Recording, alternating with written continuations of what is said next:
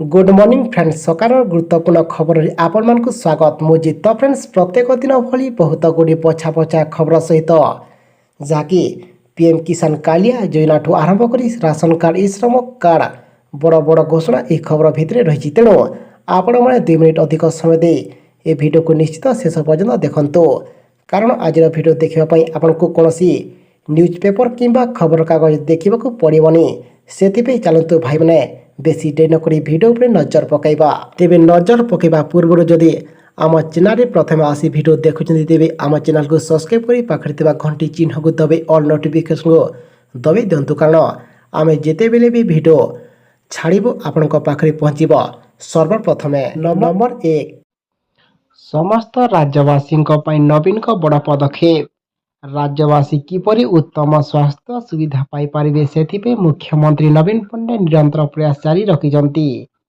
स्वास्थ्य सेवा एवं भेषज पाठ्यक्रम को राज्य सरकार सर्वाधिक गुरुत्व देउछंती। राज्य में वर्तमान 12टी भेषज महाविद्यालय रहितिबा बेले आगको आउ 3टी जाक नुआ भेषज महाविद्यालय खोलिबो। गुणात्मक मानर मेडिकल शिक्षा सहित गवेषणा को मध्य गुरुत्व दिया बोली स्वास्थ्य विभाग पक्षरु जना पड़ी। परवर्ती खबर समस्त महिला आसला भी बड़ खबर गुरुवार आयोजित होइतिबा महिला न्याय संवाद रे कांग्रेस सांसद राहुल गांधी एक बड़ घोषणा करिसंती। से कहते लोकसभा और विधानसभा महिला मान को समान स्थान दियाइबो। सेठारे 50% महिला रुहंतु। आमे चाहू किभली किंबा सेहीपरि सरकारी चाकरी महिला को 50% संरक्षण दिया बोली से राहुल गांधी समस्त ओडिशावासी बड़ प्रतिश्रुति देइछंती। परवर्ती खबर आसंता एही तारीख रे केरल छुईब मौसुमी। आसंता 31 रे केरल छुई पारे मौसुमी। एथे मॉडल त्रुटि 4 दिन रही पारे एने पूर्वानुमान करिछि भारतीय पाणीपाग विभाग। तेबे मौसुमी अग्रगति पाग अनुकूल रही मे 31 रे दक्षिण पश्चिम मौसुमी वायु केरल छुईबार संभावना रही।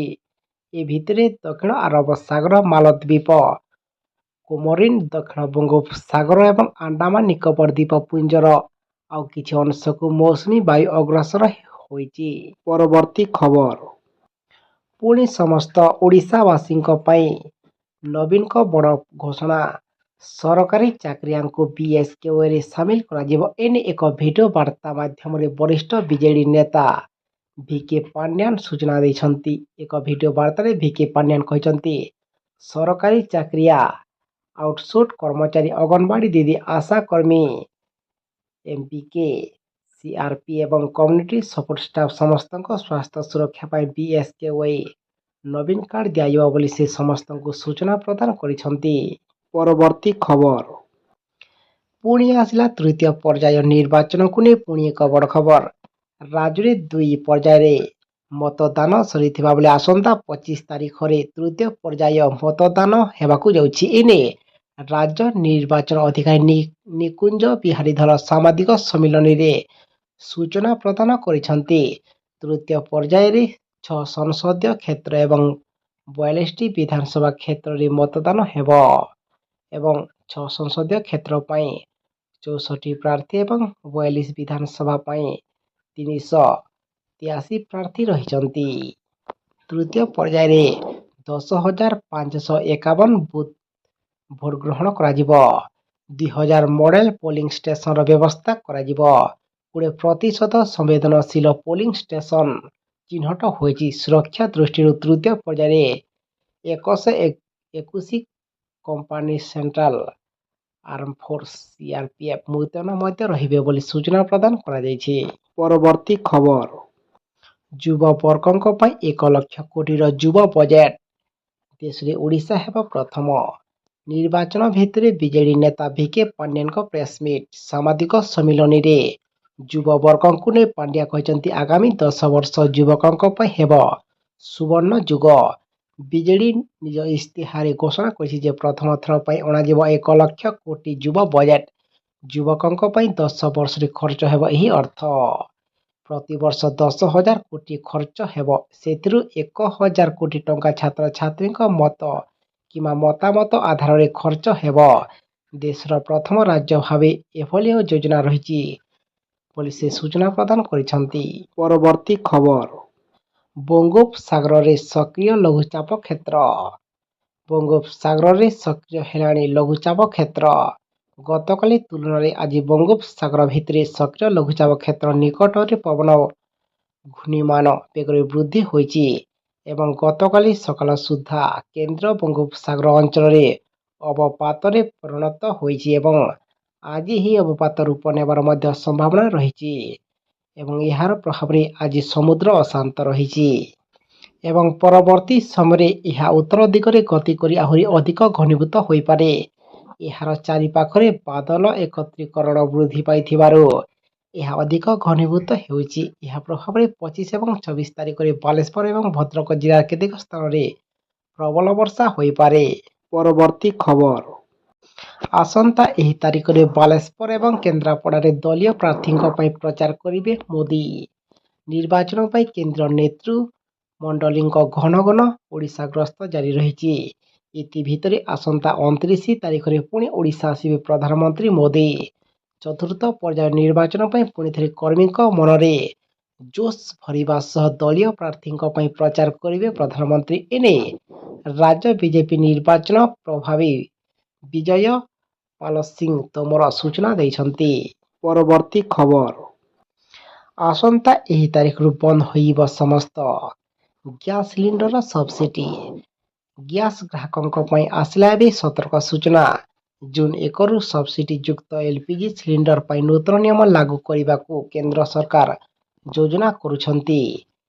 ଏକ 14.5 କିଲୋଗ୍ରାମ ଘରୋଇ ଏଲ୍‌ପିଜି ସିଲିଣ୍ଡର ବର୍ତ୍ତମାନ 855 ଟଙ୍କାରେ ବିକ୍ରି ହେଉଛି। ତୈଳ କମ୍ପାନୀରୁ କିଣାଯାଉଥିବା ଏହି ଏଲ୍‌ପିଜି ସିଲିଣ୍ଡର ଉପରେ କେନ୍ଦ୍ର ସରକାର ସିଧାସଳଖ ଗ୍ରାହକଙ୍କ ବ୍ୟାଙ୍କ ଆକାଉଣ୍ଟରେ ସବସିଡି ଜମା କରୁଛନ୍ତି। ତେବେ ଆୟକର ପୈଠ କରିବାରେ ଅସମର୍ଥ ଲୋକଙ୍କୁ 40.71 କୋଟି ଟଙ୍କାର ସବସିଡି ଯୋଗାଉଥିବା କେନ୍ଦ୍ର ସରକାର ଅତିରିକ୍ତ ସବସିଡି ଉଜ୍ଜ୍ୱଲା ଯୋଜନାରେ ହିତାଧିକାରୀଙ୍କ ବ୍ୟାଙ୍କ ଆକାଉଣ୍ଟରେ ଜମା କରିବେ।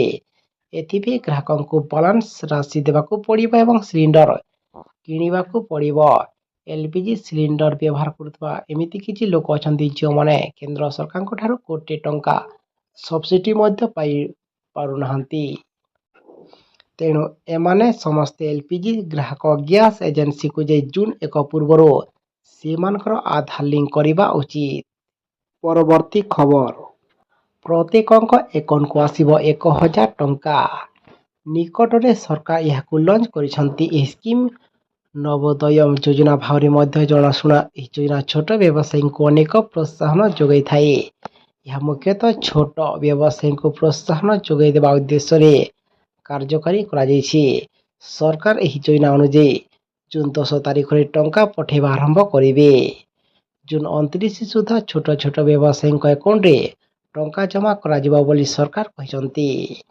ଯେକୌଣସି ଯୋଗ୍ୟ ବ୍ୟକ୍ତି ଏଥିପାଇଁ ଆବେଦନ କରିପାରିବେ। ଜୁଲାଇ 4 ସୁଦ୍ଧା ଏହି ରାଶି ବା ପରବର୍ତ୍ତୀ କିସ୍ତି ଟଙ୍କା ଜମା କରିଦିଆଯିବ। ନିର୍ବାଚନ ଫଳାଫଳ ଜୁନ୍ 4ରେ ଆସିବ। ଆଦର୍ଶ ଆଚରଣ ବିଧି ଯୋଗୁଁ ଏବେ ଯୋଜନାଗୁଡ଼ିକର କାର୍ଯ୍ୟକାରିତା ହୋଇପାରିନି। ପରବର୍ତ୍ତୀ ଖବର, ଏଣିକି ଶୀଘ୍ର ଖାତାକୁ ଆସିବ 18,000 ଟଙ୍କା। ନିର୍ବାଚନ ପରେ ମହିଳାମାନଙ୍କ ପାଇଁ ଖୁସି ଖବର ଦେବେ ସରକାର। ଏହି ଘୋଷଣା ଅନେକ ସାଧାରଣ ଲୋକଙ୍କୁ ଆଶ୍ୱସ୍ତି ଦେବ ବୋଲି ଆଶା କରାଯାଉଛି।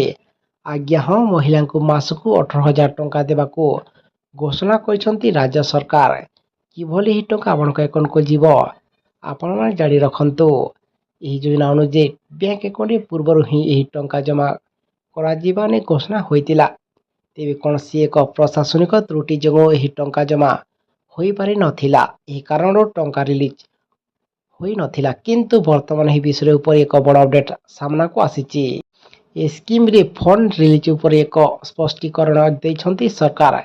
ଫେବୃଆରୀ ମାସରେ ସରକାର ଏହି ଟଙ୍କା ରିଲିଜ୍ କରିବାକୁ ଥିଲା କିନ୍ତୁ କିଛି ଅଜ୍ଞାତ କାରଣରୁ ଏହାକୁ ସ୍ଥଗିତ କରାଯାଇଥିଲା।